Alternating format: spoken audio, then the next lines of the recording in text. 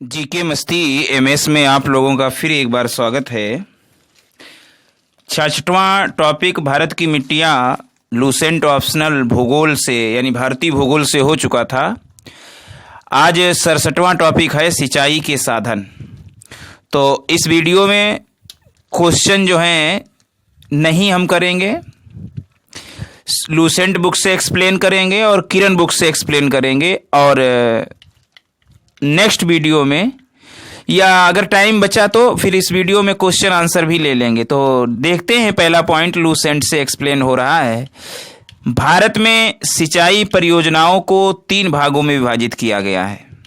Number 1 बृहद सिंचाई योजना, मध्यम सिंचाई परियोजना और लघु सिंचाई परियोजना।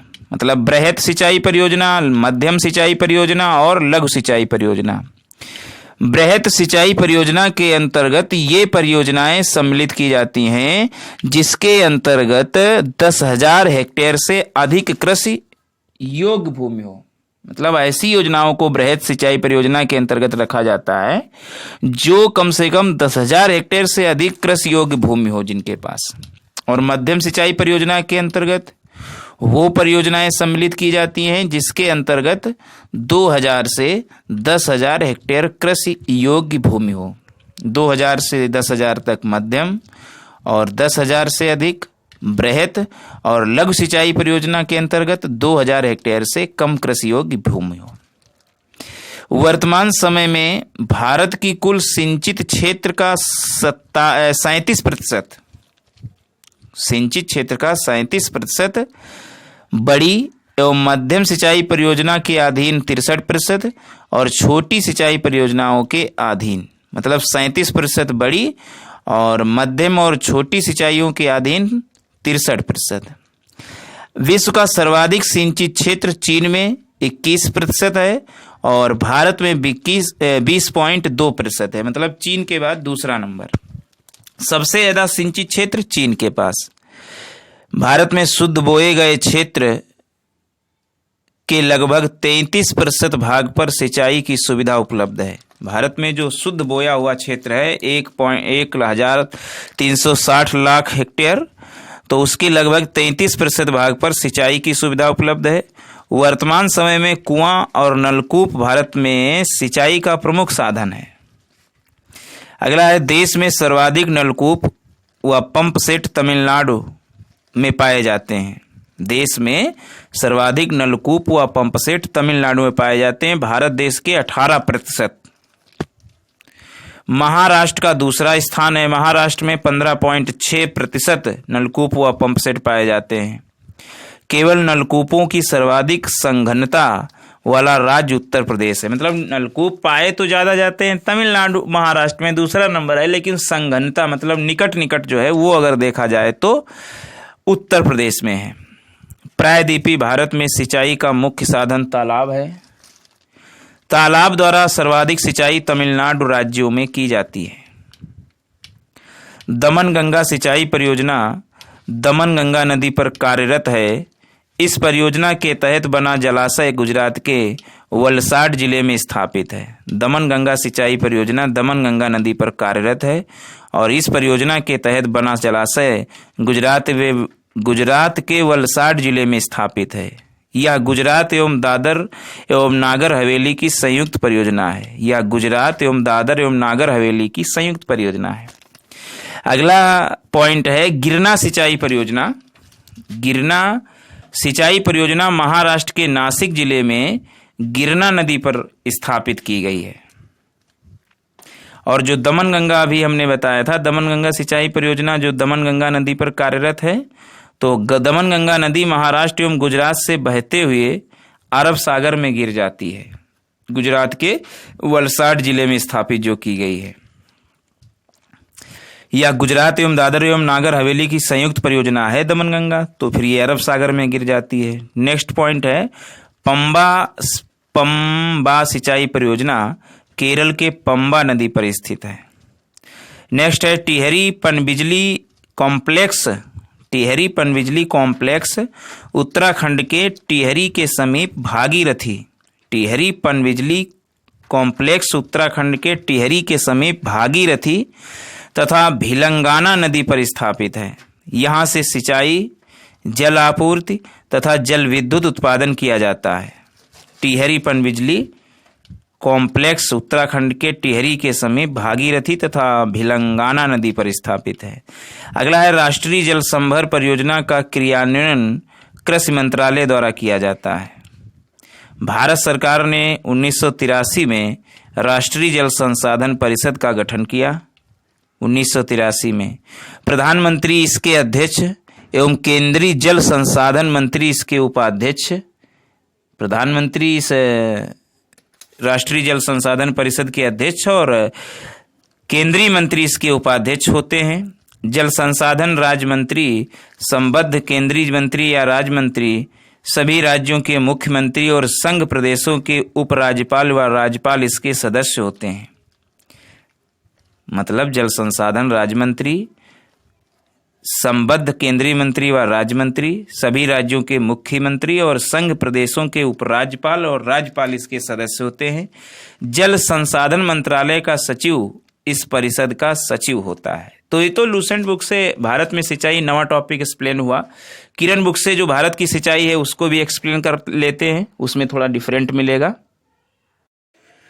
किरण बुक में जो दिया गया है भारत में सिंचाई, पेज नंबर 406 पे तो लिखा है भारत में सिंचाई परियोजनाओं को 3 भागों में बांटा गया है। जैसा लूसेंट में बताया गया था, बृहद सिंचाई परियोजना, मध्यम सिंचाई परियोजना और लघु सिंचाई परियोजना। सिंचाई के साधन जो बताए गए हैं, लूसेंट में कुआं व नलकूप से बताया गया था 55.9% सींचा जाता है भारत में सिंचाई के साधन। किरण बुक में भी इतना बताया गया है। किरण बुक में नहर 31.4% सिंचित भाग इसका है। नहर द्वारा जो सिंचाई होती है वो 31.4% होती है। और लूसेंट बुक में भी इतना बताया गया है। तालाब के द्वारा 6.1%। तालाब में जो सिंचाई है तालाब के द्वारा वो 6.1%, लूसेंट में भी 6.1%। अन्य स्रोत जो है 6.6%। तो ये तो सिंचाई के साधन हुए। बृहद सिंचाई में इसके अंतर्गत वो परियोजनाएं यानी 10,000 हेक्टेयर से अधिक कृषि योग्य भूमि हो उसके अंतर्गत आती है। मध्यम सिंचाई में 2,000 से 10,000 के हेक्टेयर कृषि भूमि हो। लघु सिंचाई के अंतर्गत मतलब 2,000 से नीचे हो। तो ये तो लूसेंट में भी था। इसमें बता रहा है कि भारत के कुल सिंचित क्षेत्र का 37% बड़ी एवं माध्यमिक सिंचाई परियोजना के अधीन और तथा 63% छोटी सिंचाई परियोजनाओं के अधीन है। मतलब 37% जो सिंचित क्षेत्र है वो बड़ी एवं मध्यम सिंचाई परियोजना के अंतर्गत है। 63% जो है वो छोटी सिंचाई परियोजना के अंतर्गत है। यही पॉइंट लूसेंट में भी बता रहा था। भारत में शुद्ध बोए गए क्षेत्र यानी 1360 लाख हेक्टेयर जो बोया जाता है, शुद्ध बोया गया क्षेत्र, तो उसके लगभग 33% भाग पर सिंचाई का प्रमुख साधन है। देश में सर्वाधिक नलकूप एवं पंप सेट तमिलनाडु में 18% पाए जाते हैं। महाराष्ट्र में 15.6% पाए जाते हैं। महाराष्ट्र का दूसरा स्थान है। केवल नलकूपों की सर्वाधिक संघनता वाला राज्य उत्तर प्रदेश है। प्रायद्वीपीय भारत में सिंचाई का प्रमुख साधन तालाब है। तालाब द्वारा सर्वाधिक सिंचाई तमिलनाडु में की जाती है। विश्व का सर्वाधिक सिंचित क्षेत्र चीन में 21% एवं भारत में 20.2%। तो ये तो किरण बुक से एक्सप्लेन हुआ। तो दोनों बुक से एक्सप्लेन हो गया है। अब इसके लूसेंट बुक से क्वेश्चन भी देख लेते हैं। 23 क्वेश्चन है। पहला क्वेश्चन है, स्वतंत्रता के बाद भारत में कुल सिंचित क्षेत्र कितना गुना बढ़ा है? तो स्वतंत्रता के बाद भारत में कुल सिंचित क्षेत्र 4 गुना बढ़ा है। भारत में वर्तमान समय में कितने लाख हेक्टेयर भूमि सिंचित है? तो 850 लाख हेक्टेयर भूमि सिंचित है वर्तमान में। भारत में शुद्ध बोए गए क्षेत्र के लगभग कितने प्रतिशत भाग में सिंचाई होती है? तो 47%। कितने प्रतिशत? 47। नेक्स्ट है, भारत में सिंचाई का सबसे प्रमुख साधन तो कुएं एवं नलकूप हैं। देश के कुल सिंचित क्षेत्र में नहरों की भागीदारी 31.1%। अभी हमने बताया, किताब में 31.4 लिखी है तो 31.1 भी मान सकते हो, इसमें ऑप्शन में जो आया है। देश के कुल सिंचित क्षेत्र में कुओं और नलकूपों की भागीदारी 56% इसमें ऑप्शन में आया है, यही सही है जो नज़दीकी है। वैसे तो कुओं एवं नलकूपों की जो भागीदारी है वो 55.9 है, तो 56% मान लो लगभग। देश के कुल सिंचित क्षेत्र में तालाब सिंचाई की भागीदारी 6%, 6.6 है, तो 6% मान लो। भारत के किस भाग में तालाब का सिंचाई के साधन के रूप में सर्वाधिक प्रयोग होता है? तो दक्षिणी भाग में, यानी दक्षिणी भारत में तालाब का सिंचाई के साधन के रूप में सर्वाधिक प्रयोग होता है। अगला है, किस राज्य का सर्वाधिक कृषि क्षेत्र तालाबों द्वारा सिंचित किया जाता है? तो तमिलनाडु राज्य का सर्वाधिक कृषि क्षेत्र तालाबों द्वारा सिंचित किया जाता है। अगला है, किस राज्य में नलकूपों द्वारा सिंचित भूमि क्षेत्र सबसे अधिक है? तो बिहार राज्य में नलकूपों द्वारा सिंचित भूमि क्षेत्र सबसे अधिक है। भारत में नहर द्वारा सिंचाई में कौन सा राज्य अग्रणी है? तो भारत में नहर द्वारा सिंचाई में सबसे ज़्यादा राज्य अग्रणी है पंजाब। कुओं और नलकूपों द्वारा सिंचाई में अग्रणी राज्य, तो कुओं और नलकूपों द्वारा सिंचाई में अग्रणी राज्य जो है गुजरात है। अगला है, किस राज्य के शुद्ध बोए गए क्षेत्र का सर्वाधिक भाग सिंचित है? तो पंजाब राज्य के शुद्ध बोए गए क्षेत्र का सर्वाधिक भाग सिंचित है। अगला है, प्रायद्वीपीय भारत में तालाब में सिंचाई के प्रचलन के लिए निम्नलिखित में से कौन सा एक कारण नहीं है? प्रायद्वीपीय भारत में तालाब से सिंचाई के प्रचलन के लिए कौन सा एक कारण नहीं है? तो अगला पहला पॉइंट है, तरंगित उच्च और कठोर शैल, तो सही है। अप्रवेश शैल संरचना के कारण वर्षा जल का अल्प जन स्त्रवण, ये भी सही है। प्रायद्वीपीय भारत की अधिकांश नदियां सदा नीरा हैं, सही है।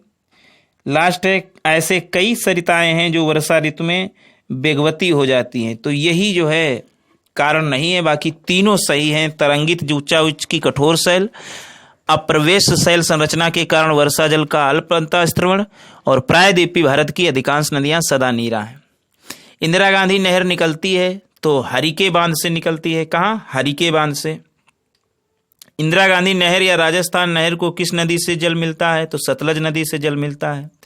भारत में सबसे लंबी सिंचाई नहर कहाँ है? तो भारत में सबसे लंबी सिंचाई नहर इंदिरा गांधी नहर है। सारण सिंचाई नहर निकलती है गंडक से। त्रिवेणी नहर में किस नदी से पानी आता है? गंडक से। अब कौन सा युग्म सुमेलित नहीं है?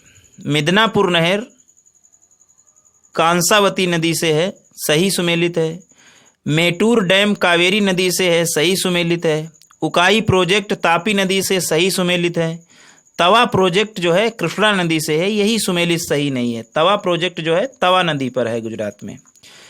अगला लिखा है, 2 सेंटेंस कथन दिए गए हैं, आपको बताना है क्या इसमें रीजन है। पहला सेंटेंस लिखा है, प्रायद्वीपीय भारत में सिंचाई का एक प्रमुख साधन तालाब है। दूसरा सेंटेंस लिखा है, प्रायद्वीपीय क्षेत्र की अधिकांश नदियां मौसमी हैं। तो इसका कारण यह है कि दोनों ए और आर दोनों कथन सही हैं, और जो दूसरा कथन है वो ए की सही व्याख्या करता है। प्रायद्वीपीय भारत में सिंचाई का एक प्रमुख साधन तालाब है, और दूसरा सेंटेंस है, प्रायद्वीपीय क्षेत्र की अधिकांश नदियां मौसमी हैं। अगला है, भारत की सिंचाई क्षमता का 47.78% पूरा होता है। 47.78% किससे पूरा होता है? लघु एवं बृहद परियोजनाओं से। लघु एवं बृहद परियोजनाओं से 47.78% भाग सिंचाई की क्षमता का पूरा होता है। और इस टॉपिक से लास्ट क्वेश्चन है। लास्ट क्वेश्चन इस प्रकार से है, भारत के किस क्षेत्र में सर्वाधिक असिंचित खेती की जाती है? तो दक्कन के पठार में सबसे ज़्यादा असिंचित खेती की जाती है। तो इस तरीके से ये 67वां टॉपिक कंप्लीट हुआ। लूसेंट किरण से एक्सप्लेन भी हुआ। बार बार देखें। Thanks for watching.